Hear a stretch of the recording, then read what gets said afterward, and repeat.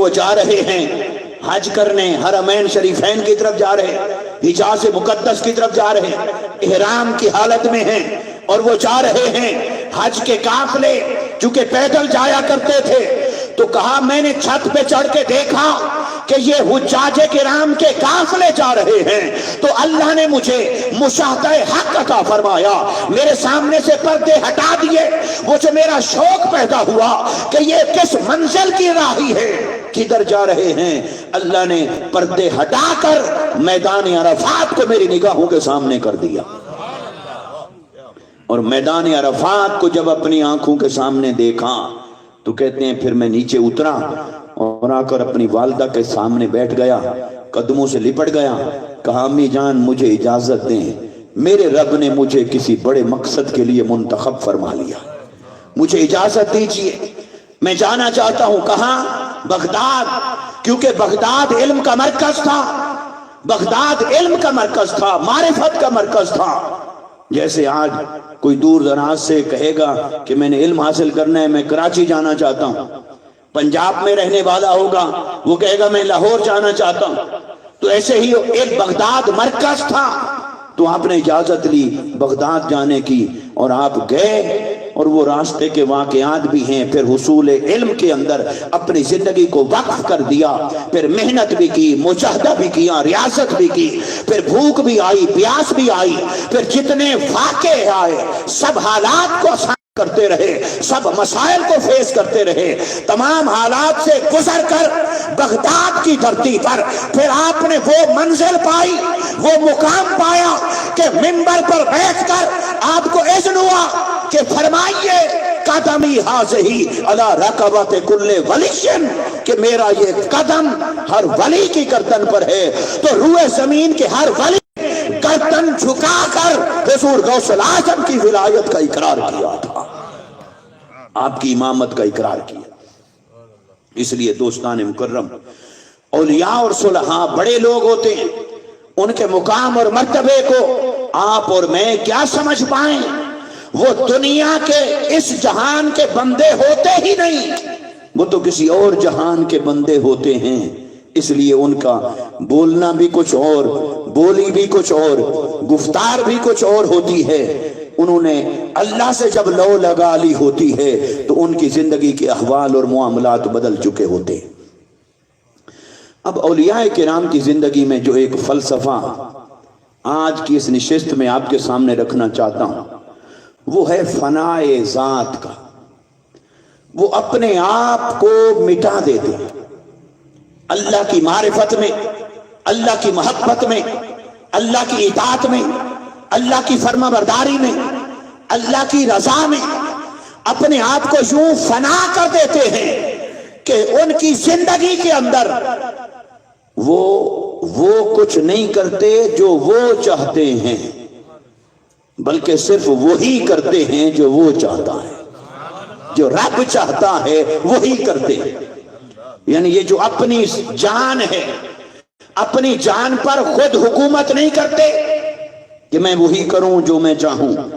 اپنی جان کے اوپر، اپنے جسم کے اوپر، اپنی زندگی کے اوپر وہ اللہ کی حکومت کو عملاً قائم کرتے ہیں۔ یہ فنائے ذات کا جو یہ تصور ہے یہ بہت اہم ہے سمجھنے کے لیے۔ یعنی اپنی آنکھوں کو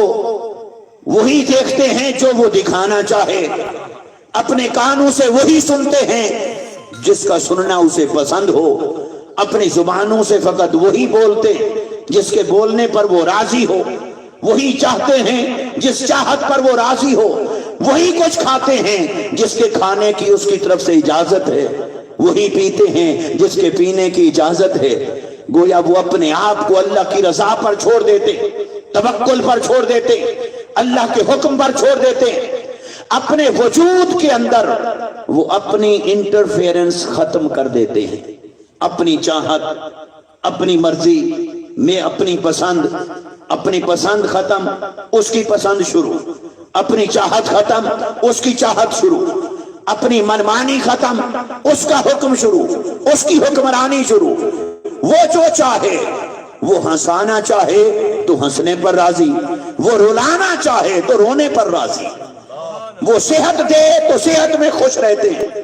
وہ بیماری دے تو بیماری میں راضی رہتے ہیں، اس بیماری سے پیار کرتے ہیں۔ وہ مال و دولت عطا کرے تو اسے پا کر راضی رہتے ہیں اور اسے تقسیم کر کے راضی رہتے ہیں، اور اگر وہ محرومیاں دے، نقصان ہو، گھاٹا ہو، خسارہ ہو، سب کچھ لٹ جائے، محرومی ہی محرومی آ جائے تو وہ ان محرومیوں سے پیار کرتے ہیں، پھر اسی پر راضی رہتے ہیں۔ تو ہر حال میں اللہ کی رضا پر راضی رہنا، اپنے نفع کو بھی اس کی رضا پر چھوڑ دینا، اپنے نقصان کو بھی اس کی رضا پر چھوڑ دینا، اپنی چاہت کو بھی اس کی رضا پر چھوڑ دینا، اپنی پسند کو بھی اس کی رضا پر چھوڑ دینا، اپنی ناپسند کو بھی اس کی رضا پر چھوڑ دینا، اپنی ہر خوشی اور غم کو اللہ کی رضا پر چھوڑ دینا۔ جب کوئی اس میں کامل ہو جاتا ہے تو وہ اللہ کا دوست بن جاتا ہے۔ تو اللہ فرماتا ہے کہ سر سے پاؤں تک اپنے آپ پر تو نے میری حکومت قائم کر دی ہے، تو پھر اس کا صلہ یہ ہے کہ میں سارے جہان پر تیری حکومت قائم کرتا۔ یہ اللہ رب العزت کی بارگاہ سے پھر انہیں ریوارڈ ملتا۔ اس لیے اگر آپ لفظ ولی کے اوپر غور کریں کہ ولی کسے کہتے ہیں، ولی جو ہے صفت مشبہ کا صیغہ ہے، اس کے اندر فاعل کا معنی بھی ہے اور مفعول کا معنی بھی ہے، تو لہذا ولایت کہتے ہیں حکومت کو، طاقت، اقتدار، اختیار، یہ معنی ہے ولایت کا۔ ایسے لفظ استعمال ہوتا ہے ولی عہد، اپنے زمانے کا حکمران، تو ولی عہد، تو ولی ولایت حکومت کو کہتے ہیں، اقتدار کو، اختیار کو، طاقت کو۔ تو ولی کا لفظ فاعل کے اعتبار سے بھی ہے اور مفعول کے اعتبار سے بھی ہے۔ تو جب فاعل کے اعتبار سے ہے تو معنی ہوگا حکومت کرنے والا، اور مفعول کے اعتبار سے ہو تو معنی کیا ہوگا، جس پر کسی اور کی حکومت چل رہی ہو، جو کسی کا محکوم ہو۔ تو ولی کا معنی ہے حاکم، حکومت کرنے والا، اور ولی کا معنی ہے محکوم، جو کسی کی غلامی میں ہو، کسی کی حکومت میں ہو۔ تو ولی کے اندر یہ دونوں جہتیں جب پائی جاتی ہیں تو ولی محکوم بھی ہوتا ہے اور حاکم بھی ہوتا ہے، مگر محکوم صرف اسی کا ہوتا ہے، حاکم ساری خلق کا ہوتا ہے۔ اور وہ حاکم کب بنایا جاتا ہے ساری خلق کا؟ جب وہ پہلے خود محکوم بنے۔ اگر اپنے آپ پر حکومت اپنی کرتا رہے پھر تو وہ ولی نہیں بنتا۔ اگر اپنی چاہت کو قربان نہ کرے، وہی کرے جو وہ چاہتا ہے، تو پھر تو محکوم نہ ہوا، پھر ولی بھی نہ ہوا۔ پہلے اللہ کی حکومت کو سر سے پاؤں تک اپنے وجود پر قائم کرتا ہے۔ جب وہ قائم ہو جاتی ہے اور محکوم ہو جاتا ہے، محکوم محض ہو جاتا ہے، وہی چاہتا ہے جو وہ کروائے، جو وہ چاہے، اور اس کی چاہت کے سوا کچھ نہیں چاہتا، اس کی رضا کے سوا کچھ نہیں چاہتا، اس کی پسند کے سوا کچھ نہیں چاہتا۔ حضرت ایوب علیہ السلام جب بیماری تھی تو آپ کی زوجہ نے آپ سے کہا، اتنے 100 سال ہو گئے آپ بیماری میں ہیں، جس میں مبارک میں معاذ اللہ کیڑے مبارک پڑ چکے، تو سوراخ ہو گئے، تو آپ اللہ سے دعا کیوں نہیں کرتے؟ اللہ سے دعا کریں۔ اب نبی تو صاحب معجزہ ہوتا ہے، نبی کے معجزے سے کیا نہیں ہو سکتا، مگر آپ نے کیا جواب دیا اپنی زوجہ کو؟ کہا جس رب نے مجھے پہلے اتنے 100 سال کی صحت مند زندگی عطا فرمائی، اب اس رب سے میں شکوہ کروں اگر 100 سال کی بیماری والی زندگی دے دی تو اس رب سے شکوہ کرتے ہوئے مجھے حیا آتی ہے۔ آپ اور میں 2-4 دن کی بیماری نہیں سہ سکتے، وہ فرما رہے ہیں کہ 100 سال کی بیماری، کیونکہ اسی حال میں راضی رہنا جس حال میں وہ رکھے، یہ ہے اس کی رضا کے اندر فنا ہونے کا نقطہ کمال، اور اس کو انبیاء نے پایا اپنے حسب حال، اولیاء نے پایا اپنے حسب حال۔ میں آپ کو اس کا ایک واقعہ عرض کرتا ہوں۔ حضرت غوث محمد مہاروی رحمت اللہ تعالی علیہ، ان کا ایک واقعہ ہے،